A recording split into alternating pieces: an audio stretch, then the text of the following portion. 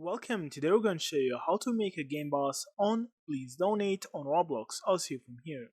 First thing that you need to do is to just open the Roblox website I'll see from here and make sure that you are logged into your account. After that, go to create section from here and then you need to go to creations. Then go to your experience I'll see from here. And now you need to scroll down till you see the monetization section. Click on passes. And from here you need to click on create a boss.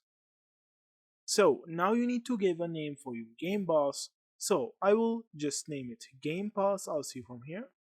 And you can add a description like Game Pass for donations. Click on create a boss. And after that, from the section on the passes section, you will see your game pass. I'll see from here. Click on it. And now from here you will see sales on the left corner. Now you can actually click on item for sale and add a price for your game boss donation. So you can just add like 20 Robux or something and click on save changes. Click on proceed.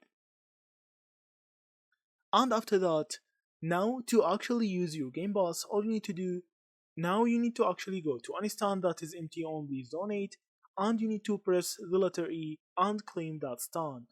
Now you can just add your game boss to that stand and add some text, like please donate to me, like this one.